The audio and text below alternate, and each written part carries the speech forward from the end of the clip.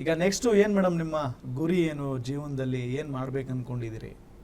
Next ಗುರಿ ಏನು ಅಂತಂದರೆ ಇದೇ ಸಮಾಜ ಸೇವೆನೇ ಮುಂದುವರಿಸ್ಕೊಂಡು ಹೋಗ್ತೀನಿ ಸರ್. ಒಂದು ದಿವಸ ದೇವ್ರ ಕರೆದಾಗ ಹೋಗ್ತಾ ಇರ್ತೀವಿ ಅಷ್ಟೇ. ಅಷ್ಟೇ, ಬೇರೆ ಇನ್ನೇನು ಇಲ್ಲ ಸರ್. ಮಗಳನ್ನಂತೂ ಉತ್ತಮ ಪ್ರಜೆ ಮಾಡಿ ನಮ್ಮ ದೇಶಕ್ಕೆ ಕೊಟ್ಟಿದ್ದೀನಿ.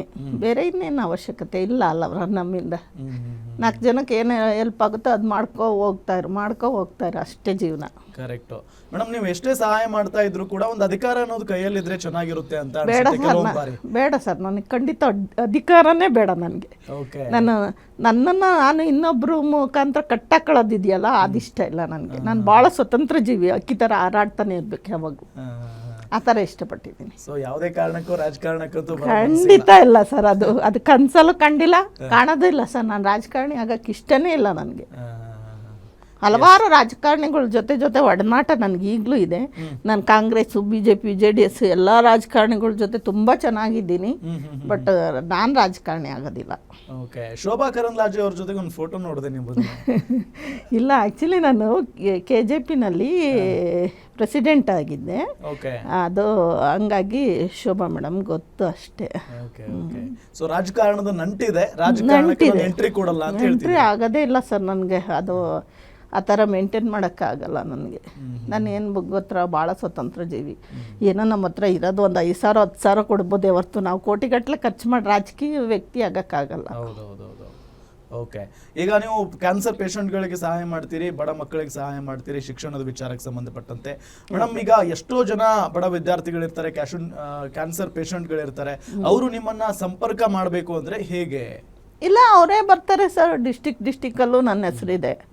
ನನಗೇನಂದರೆ ಎಲ್ಲ ಡಿಸ್ಟಿಕ್ಕಲ್ಲೂ ಜನ ಇದ್ದಾರೆ ನನ್ನವರು ಅಂತ. ನಮ್ಮದೇ ಒಂದು ಟೀಮ್ಗಳಾಗ್ಬಿಟ್ಟಿದೆ ಪ್ರತಿ ಡಿಸ್ಟಿಕ್ಕಲ್ಲೂ.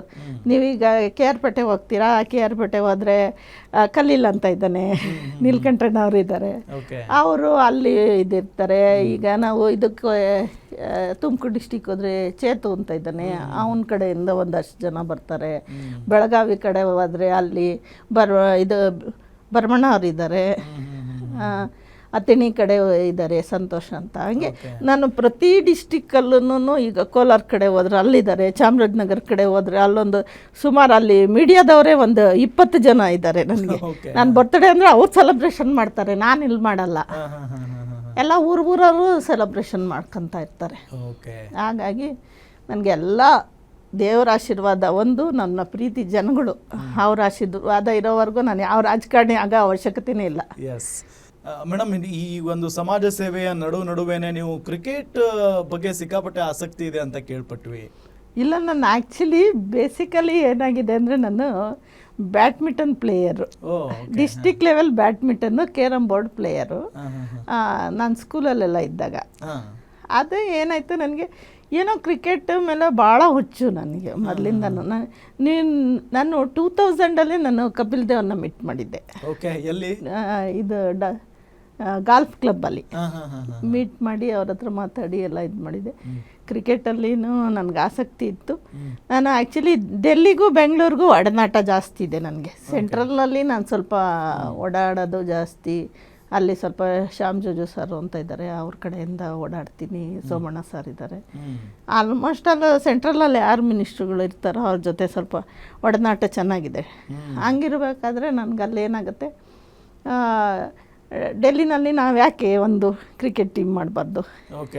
ಕರ್ನಾಟಕ ಸಂಘದಲ್ಲಿ ನಾನು ಸ್ವಲ್ಪ ಎಲ್ಲರ ಹತ್ರ ಗುರ್ತಿಸ್ಕೊಂಡಿದ್ದೀನಿ. ದೇವಣ್ಣ ಅವ್ರ ಹತ್ರ, ರಾಮಕೃಷ್ಣ ಅವ್ರ ಹತ್ರ ಎಲ್ಲ ಗುರ್ತಿಸ್ಕೊಂಡಾಗ ಏನಾಯಿತು, ಅಲ್ಲಿ ನಾನು ಏನಾರ ಒಂದು ಈ ಸಂಘಕ್ಕೆ ಏನಾರು ಮಾಡಬೇಕು ನಾನು ಅಂತ ಅಂದ್ಕೊಂಡಾಗ ನಮ್ಮ ಉತ್ತರ ಕರ್ನಾಟಕದ ಹುಡುಗರು ತುಂಟ್ರು ಮೊದಲೇ, ನಿಮಗೆ ಗೊತ್ತಲ್ಲ, ಅವ್ರೇನು ಮಾಡ್ತಾರೆ, ಅಮ್ಮ ನೀವು ಯಾಕಮ್ಮ ಕ್ರಿಕೆಟ್ ಟೀಮ್ ಕಟ್ಟಲ್ಲ ನೀನು, ಎಲ್ಲರಿಗೂ ಬೇರೆ ಬೇರೆ ಥರ ಅಂತ ಮಾಡ್ತೀಯ.